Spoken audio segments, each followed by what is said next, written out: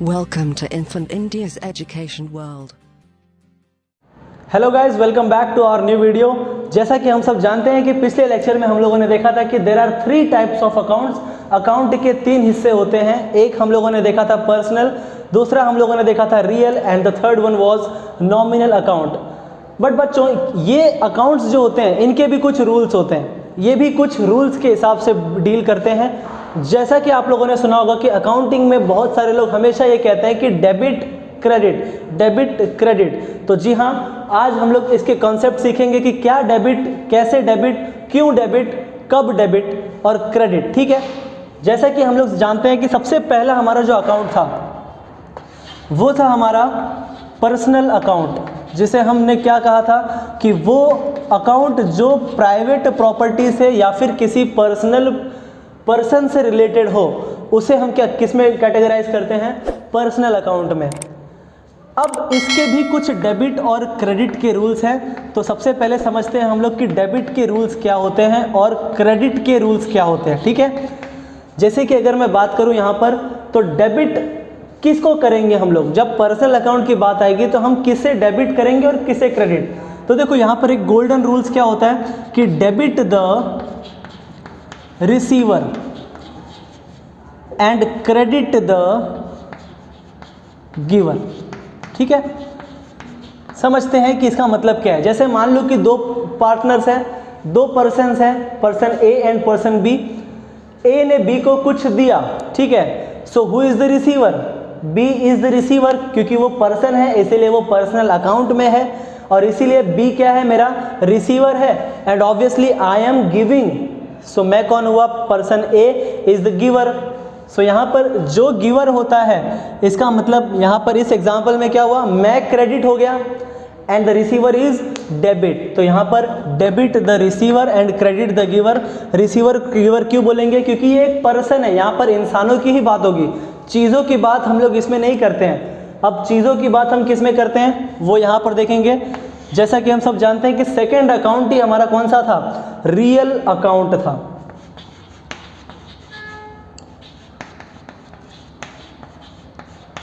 और real account का भी क्या रूल होता है? रियल अकाउंट में हम लोगों ने वो देखा था, इसका मतलब ये होता है कि जो भी चीज़ें हैं, ठीक है, जो भी चीज़ें हैं जो आप देख सकते हैं, छू सकते हैं।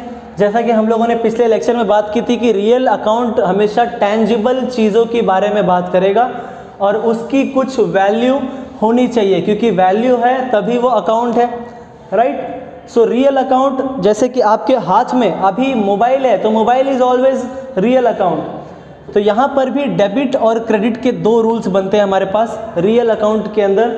सबसे पहले हम लोग बात करते हैं डेबिट, वो चीज़ें, ठीक है, क्योंकि रियल है तो हम चीज़ों के बारे में ही बात करेंगे। वो चीज़ें जो मेरे पास आ रही होती हैं, ठीक है, उन्हें मैं क्या करता हूँ? डेबिट कहता हूँ। गोल्डन रूल्स के हिसाब से देखें तो डेबिट व्हाट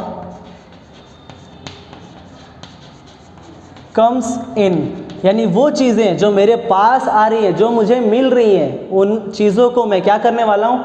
डेबिट। जैसे मुझे आपने पैसे दिए तो पैसे मेरे पास आ गए, पैसे छू सकता हूँ, पैसे की वैल्यू है, यानी पैसे क्या है? रियल अकाउंट के अंदर आते हैं। तो मेरे पास पैसे आ गए और कम्स इन है, मेरे पास आए हैं, इसीलिए मैं उसको क्या करने वाला हूँ? डेबिट। डेबिट क्या होगा? Comes in. एंड ऑब्वियसली उसका ठीक ऑपोजिट क्रेडिट हो जाएगा। इसका मतलब ये कि क्रेडिट व्हाट गोज आउट। जैसा कि हम सब जानते हैं कि अगर आने वाली चीज़ डेबिट होने वाली है तो ऑब्वियसली जो चीज़ें में जाने वाली हैं, जो गोज आउट, गोइंग आउट है, वो क्या हो जाएगी? क्रेडिट। एग्जाम्पल यही देखेंगे कि मैंने पैसे दे दिए, मैंने मोबाइल दे दिया, मैंने फर्नीचर दे दिया। जो भी चीज़ आप देंगे वो चीज़ें आपके पास से गोइंग आउट है, इसका मतलब वो चीज़ें क्या हैं? क्रेडिट है। ठीक है। एंड द थर्ड पॉइंट जो हम लोगों ने देखा था, तीसरा था हमारा ऑब्वियसली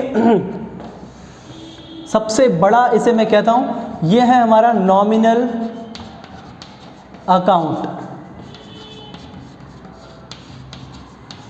ये हम लोगों ने देखा था, इसके बारे में बात की थी कि ये वो अकाउंट है जो दिखता नहीं है लेकिन उसकी वैल्यू होती है। ऑब्वियसली दिखता नहीं है तो ऐसी कौन सी चीज़ें हैं जो हमें दिखती नहीं है लेकिन उसकी कुछ ना कुछ वैल्यू है?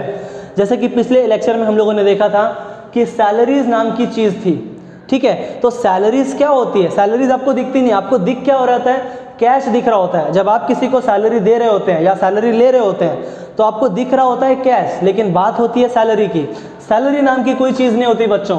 वैसे ही रेंट अगर आप किसी को दे रहे होते हैं भाड़ा, तो रेंट तो इन फॉर्म ऑफ कैश जा रहा है ना, लेकिन रेंट नाम की कोई चीज़ होती नहीं है। तो ये वो सब चीज़ों को कवर करता है जो चीज़ें होती तो नहीं है लेकिन फिर भी उनकी वैल्यू होती है। अगर मैं बात करूं कि ट्रैवलिंग एक्सपेंस आपने किया, ट्रैवलिंग एक्सपेंस हुआ मतलब कोई चीज़ थोड़ी ना है जो मैं दिखा दूंगा कि देखो ये इतनी चीज़ है, ये 50 रुपये की ट्रैवलिंग एक्सपेंस है ये वगैरह। आप दिखाएंगे तो ज़्यादा से ज़्यादा या आप बिल दिखा सकते हैं, लेकिन वो चीज़ नहीं दिखा सकते जो आपने यूज़ कर ली, तो वो भी नॉमिनल अकाउंट में आता है, ठीक है। जैसे मैं बात करूँ डिस्काउंट आप दे रहे हैं, वो दिख नहीं रहा है लेकिन वो आपस में समझ ले रहे हैं लोग। समझ में आ रही बात? तो ये क्या होता है? Nominal account. और इसके अंदर भी जो डेबिट के रूल्स हैं और क्रेडिट के रूल्स हैं वो कैसे वर्क करते हैं देखेंगे ध्यान से। यहाँ पर सबसे पहला, debit all the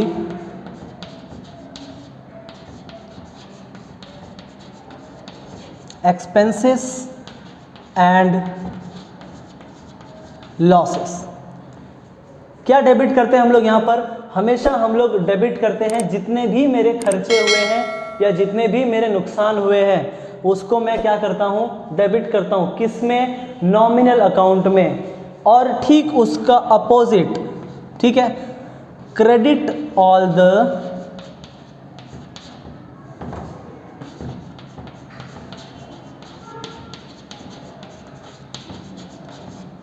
income and gains. ठीक उसका अपोजिट है। देखो यहाँ पर क्रेडिट हम क्या करते हैं? जो भी हमारे पास इनकम आती है, जो आमदनी होती है, और जो भी गेन्स होता है यानी मुझे फ़ायदा होता है, मुनाफा होता है, तो उनको मैं क्या करता हूँ? क्रेडिट करता हूँ। अब एग्जाम्पल समझते हैं कि सर कैसे डेबिट क्रेडिट होता है, ठीक है। जैसे कि यहाँ पर मैं लिखता हूँ एक छोटा सा एग्जाम्पल आपके लिए, पेड सैलरीज, ठीक है। तो पेड सैलरीज का क्या मतलब हो गया? इसका मतलब ये है कि आपने सैलरी पे की, और जब आप सैलरी पे करते हैं बच्चों तो वो आपका खर्चा है ना। इसका मतलब इस केस में सैलरी जो है वो क्या है? डेबिट हो रही है, क्योंकि डेबिट ही क्या कहता है? Debit all the expenses and losses. खर्चे होंगे तो वो डेबिट होगा।